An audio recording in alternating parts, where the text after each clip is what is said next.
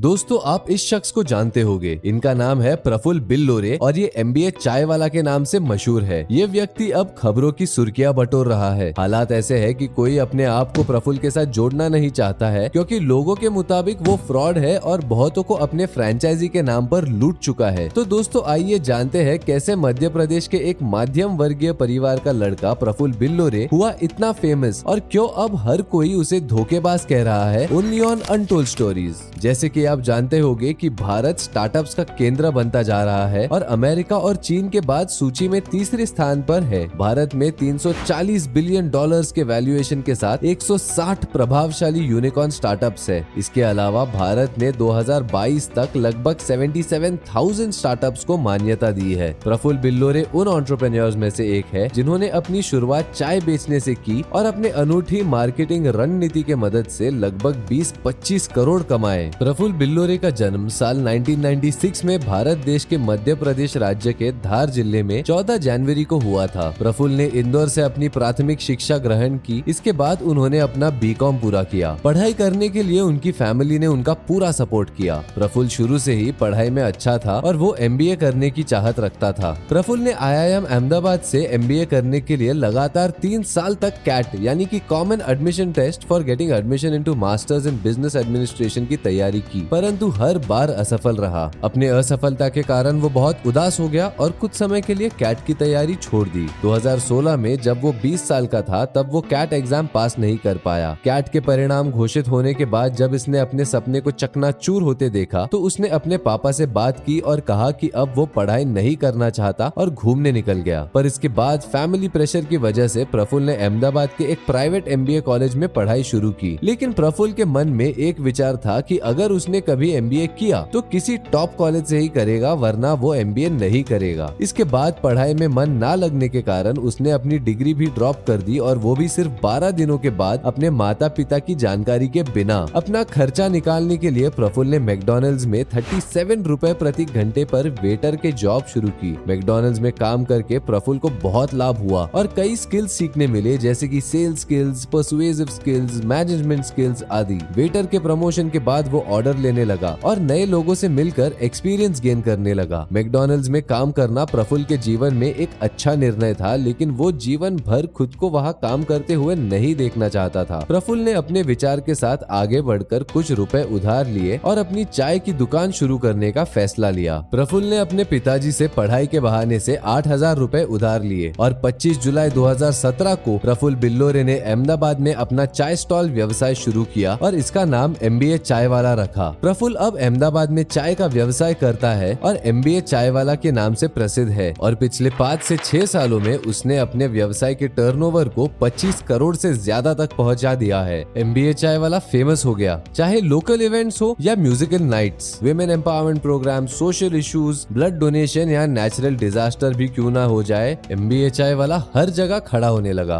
और फिजिकली और फाइनेंशियली दोनों तरफ से सपोर्ट करने लगा। प्रफुल्ल ने वैलेंटाइंस के दिन सिंगल्स के लिए मुफ्त चाय दी जो वायरल हो गई। इसके अलावा एमबीए चाय वाला ने दिल्ली और बिहार सरकार के साथ चुनाव अभियान, कैंसर रोगियों, वंचित लोगों के लिए धन उगाने वाले प्रोग्राम और केरल बाढ़ राहत जैसे कार्यक्रम आयोजित किए हैं। आज एमबीए चाय वाला काफी फेमस है, नेशनल और इंटरनेशनल इवेंट्स करता है और उनका नेटवर्किंग भी बहुत बड़ा है। 40 से 50 लोगों को रोजगारी दी है प्रफुल्ल ने और 300 स्क्वायर फीट में अपना कैफे भी खोला है। अपने स्पीकिंग स्किल्स और मार्केटिंग स्ट्रेटेजी के बदौलत बहुत सारे जगहों पर इनके आउटलेट्स खुलने लगे। तो दोस्तों अब आप सोचते होंगे कि आखिर क्यों अच्छे इंसान लगने वाले प्रफुल्ल बिल्लोरे विवादों से घिरे हुए हैं। वो कहते हैं ना, किसी की शक्ल देखकर उसके बारे में राय मत बनाइए, क्योंकि यहाँ सबके 2 चेहरे होते हैं। वैसे ही कुछ हाल है प्रफुल्ल बिल्लोरे के विवाद के साथ। जो बड़ा लाखों लोगों के लिए प्रेरणा स्रोत बना था, आज उसी बंदे को लोगों द्वारा झूठा और फ्रॉड कहा जा रहा है। ये सिलसिला सबसे पहले तब शुरू हुआ जब प्रफुल्ल के मीम वायरल होने लगे। उसमें उसे एक पनौती इंसान की तरह दिखाया गया है। इसके बाद 4 अप्रैल 2023 को इंदौर के रहने वाले एक शख्स आशीष तिवारी ने लसुड़िया पुलिस स्टेशन जाकर मिस्टर प्रफुल्ल बिल्लोरे के खिलाफ एक FIR दर्ज की।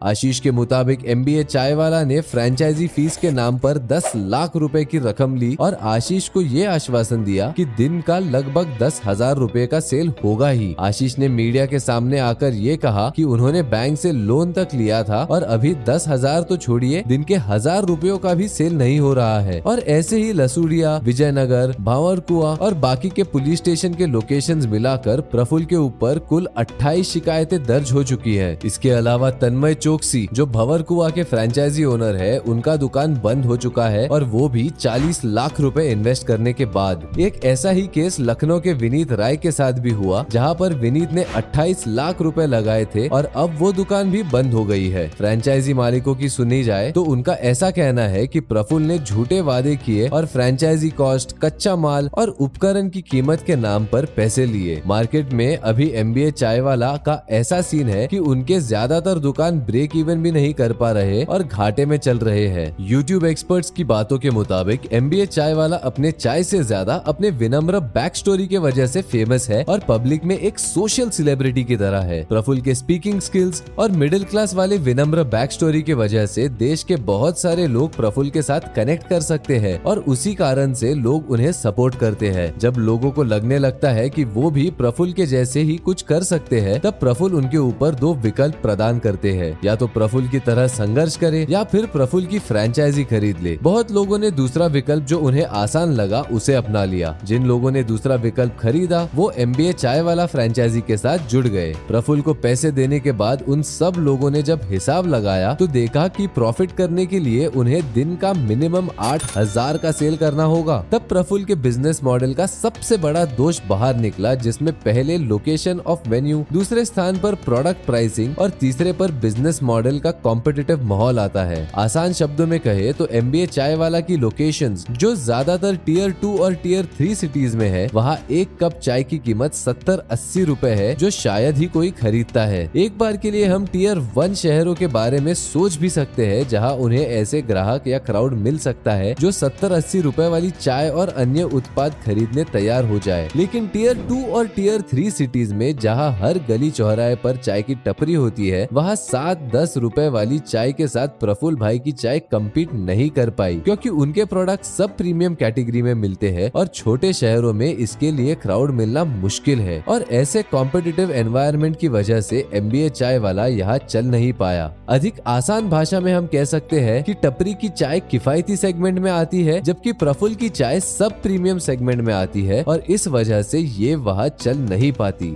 आप MBA चाय वाला के डायरेक्ट कंपटीशन चाय सुट्टा बार को देख सकते हैं, जो उन्हीं के तरह सब प्रीमियम सेगमेंट में गिरता है। लेकिन इन दोनों में फर्क ये है कि चाय सुट्टा बार की टारगेट ऑडियंस भी सब प्रीमियम है, जबकि हमारे प्रफुल्ल भाई एक मिडिल क्लास सेगमेंट को केटर करते हैं, जो प्रीमियम से ज्यादा किफायती प्रोडक्ट्स पर फोकस करते हैं। अब अगर आप ये सोच रहे हैं कि क्या निवेशकों को उनका पैसा वापस मिलेगा, साफ साफ कहे तो नहीं, क्योंकि लीगली स्पीकिंग कंपनी और फ्रेंचाइजी के मालिक के बीच हुए अग्रीमेंट में कहीं नहीं लिखा है कि कंपनी रिटर्न्स प्रॉमिस करती है, और यहाँ तक कि ये भी लिखा है कि फ्रेंचाइजी फीस नॉन रिफंडेबल है। प्रफुल्ल ने अगर मौखिक रूप में रिटर्न का वादा किया है और उसका जिक्र लिखे हुए समझौते में नहीं किया है, तो फिर कोर्ट में भी इनके ऊपर कोई केस कार्रवाई नहीं हो सकती। तो भले ही प्रफुल्ल बिल्लोरे ने वर्बल वादे किए थे, लेकिन उन्हें आरोपों का सामना नहीं करना होगा, क्योंकि उन्होंने समझौते के कागजात पर कभी रिटर्न्स का उल्लेख नहीं किया और हमेशा अपनी तरफ से सुरक्षित रहे। अंत में यही कहना चाहूंगा कि कभी अपने इमोशंस में बहकर बिजनेस के डिसीजंस ना ले, क्योंकि अभी सारी कंपनियां प्रोडक्ट से ज्यादा लोगों के इमोशंस बेचती है। चाय के फ्रेंचाइजी के रूप में सपने बेचने वाले और सिर्फ चाय की टपरी खोलने के लिए लाखों रुपए देने वाले लोगों में कौन गलत है ये बताना मुश्किल है। लेकिन आपकी इस विषय में क्या राय है, आप हमें बता सकते हैं कमेंट सेक्शन में। और अगर आपको ये वीडियो पसंद आया हो तो प्लीज इस वीडियो को लाइक करें, अपने फ्रेंड्स के साथ शेयर करें और हमारे चैनल को सब्सक्राइब करना ना भूले। उम्मीद है आपको ये जानकारी पसंद आई हो। वीडियो देखने के लिए धन्यवाद। ऐसे ही और रोमांचक कहानियां सुनने के लिए देखते रहिए अनटोल्ड स्टोरीज।